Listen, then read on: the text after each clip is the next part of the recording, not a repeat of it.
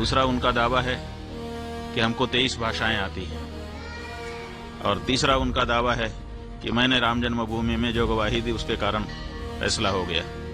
लेकिन इन तीनों दावों की पुष्टि अभी नहीं हुई है। सर, रामभद्र जी ने टिप्पणी की है। हाँ जी, रामभद्र जी ने टिप्पणी की है। हाँ, उनसे पूछा जाना चाहिए कि उनकी टिप्पणी का क्या मतलब है। रामभद्राचार्य जी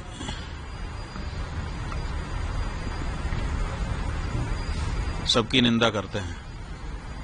पुरी के शंकराचार्य के बारे में कहा है कि रामचरितमानस में तुलसीदास जी ने जिस तुलसी पीठ पर वो बैठे हैं, उसी तुलसीदास जी महाराज ने रामचरितमानस में लिखा है, सब कर निंदा जे नर करहीं, ते चमगादड़ होई अवतरहीं।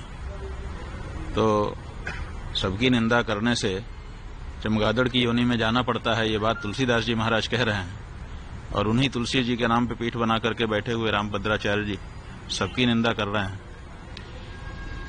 क्या उन्होंने ये एक चौपाई पढ़ी नहीं है, या फिर उस चौपाई के कुछ और अर्थ उन्होंने समझ लिए हैं, ये तो उनसे चर्चा करने पर ही पता चलेगा। रामभद्र जी ने कहा है कि उन्हें 1 लाख क्या कहते हैं शुभ लोग आते हैं, तो क्या कहेंगे आप? ऐसा है कि दावा किया है उन्होंने कि हमको कभी कहा है कि 1 लाख पन्ने याद हैं पृष्ठ, और कभी कहा है कि 1.5 लाख पन्ने याद हैं पृष्ठ। तो अब 1 लाख पृष्ठ याद हैं कि 1.5 लाख पृष्ठ याद हैं, इसकी कोई परीक्षा तो हुई नहीं है। दावा उन्होंने जरूर किया है। उन्होंने 3 दावे, वैसे तो अनेक दावे किए हैं, लेकिन 3 प्रमुख दावे हैं। एक उनका दावा है कि मुझे 1.5 लाख पृष्ठ याद है, कंठस्थ है।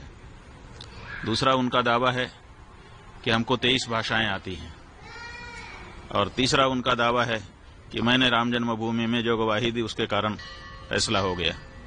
लेकिन इन तीनों दावों की पुष्टि अभी नहीं हुई है, क्योंकि 1.5 लाख पृष्ठ उनके कंठ में हैं। कभी परीक्षा तो हुई ही नहीं है, तो बिना परीक्षा के दावा ही है। इसलिए हम चाहेंगे कि 1.5 लाख पृष्ठ कौन कौन से हैं उनको निकाल के एक जगह पे रखें, और फिर लोगों को आमंत्रित कर दें कि आइए, जिसको किसी भी प्रश्न से पूछना हो हमसे पूछिए, हमको सब कंठस्थ है। 150 पृष्ठों से 1.5 लाख पृष्ठ याद हैं, तो कम से कम 150 पृष्ठ एक बार पूछ लिए जाएं, कोई भी पृष्ठ, और उसके बाद अगर वो सब सुना देते हैं तो सब लोग जय जयकार करेंगे, हम लोग भी जय जयकार करेंगे, है ना। ये विश्व के लिए बड़ा अचंभा होगा कि हमारा एक संत 1.5 लाख पृष्ठ कंठस्थ करके बैठा है। तो हम चाहेंगे कि अब ये मौका आ गया है कि वो 1.5 लाख पृष्ठ कौन कौन से हैं छांट दें, और उनको एक मेज पर सजा दिया जाए, और फिर लोगों को बुला लें। 150 पृष्ठ केवल पूछे जाएंगे।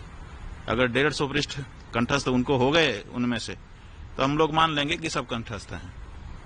वो कहते हैं कि 23 भाषा हमको आती है। अभी तक उनका कोई भी वीडियो यूट्यूब पर खोजने से हिंदी के अलावा दूसरी भाषा में मिलता नहीं है। तो अगर 23 भाषा आती होती तो 23 भाषा में उनका कोई न कोई प्रवचन होता कहीं न कहीं। तो 23 भाषा कौन कौन सी है उसकी सूची वो बता दें।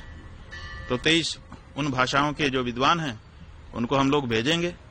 40-40 मिनट का एक संवाद उसी भाषा के विद्वान के साथ उनका हो जाए। जय जयकार कौन नहीं करेगा, सब करेंगे। और तीसरी बात यह है कि वो कहते हैं कि राम जन्मभूमि में हमारे कारण फैसला आ गया, हम ही हैं। तो वहां के वकीलों ने तो इसके विरुद्ध बताया है, वहां के जज ने तो इसके विरुद्ध बताया है, इसलिए इसमें भी शंका हो गई है। इसलिए इस बारे में भी प्रमाण उनको सामने रख देना चाहिए, और ये कहना चाहिए कि जो वकील और जो जज कह रहे हैं वो गलत है। लेकिन ये नहीं उन्होंने कहा है। जो उनको गलत बता रहे हैं उनको उन्होंने गलत नहीं कहा है, प्रेमानंद जी को गलत कह रहे हैं। और प्रेमानंद जी क्यों गलत हैं? क्योंकि वो संस्कृत नहीं बोलते हैं। तुलसीदास जी जिनकी पीठ पर आप स्वयं बैठे हुए हो, उन्होंने भी तो अवधी भाषा में रामचरितमानस लिख दिया। संस्कृत में क्यों नहीं लिखा उन्होंने? क्या संस्कृत बोलना ही विद्वत्ता होती है? क्या गोस्वामी तुलसीदास जी विद्वान नहीं थे कि वो अवधी भाषा में महाकाव्य की रचना कर रहे थे, अवधी भाषा में राम जी के गुणगान कर रहे थे?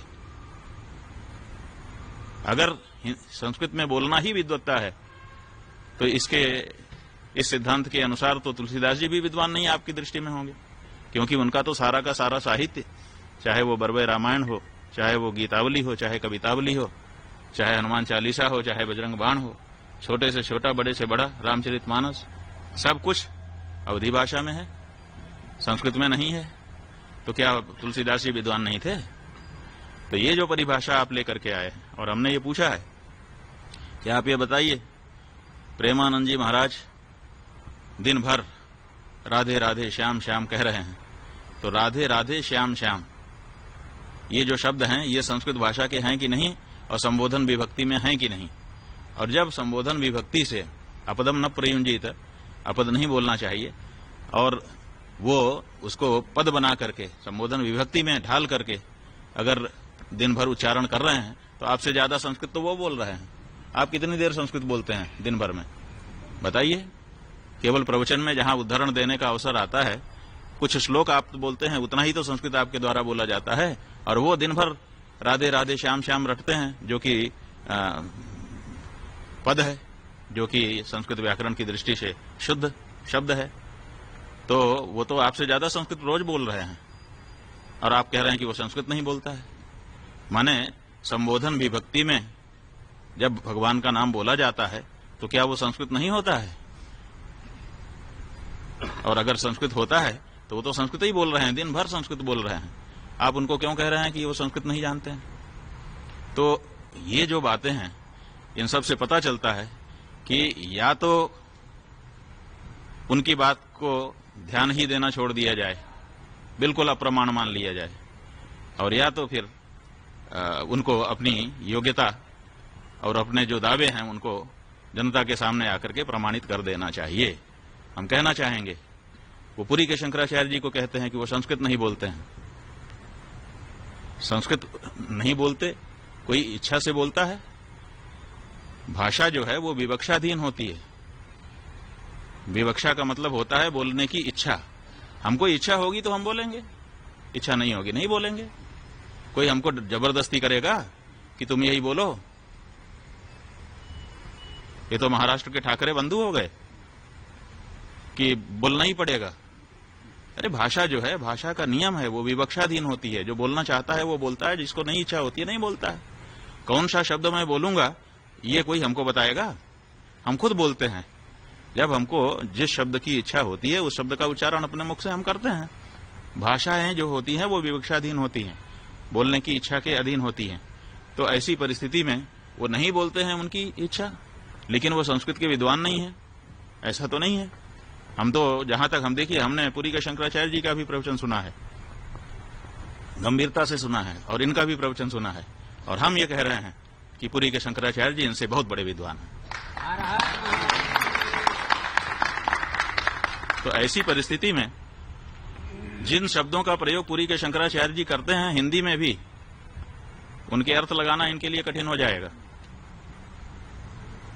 इसलिए किसी को भी आप मूर्ख कह दो, इससे आपकी मूर्खता का जरूर पता चलता है। जिसके लिए कह रहे हो उसकी मूर्खता का पता नहीं। सर वो हमेशा परंपरा पे बात करते हैं, तो उस पर क्या कहना चाहेंगे? अब भाई वो तो जिसका जो स्वभाव होता है वो करता रहता है। हम तो जो हमारे आदरणीय पुरुष हैं उनके ऊपर जो टिप्पणी की गई है उससे आहत हैं।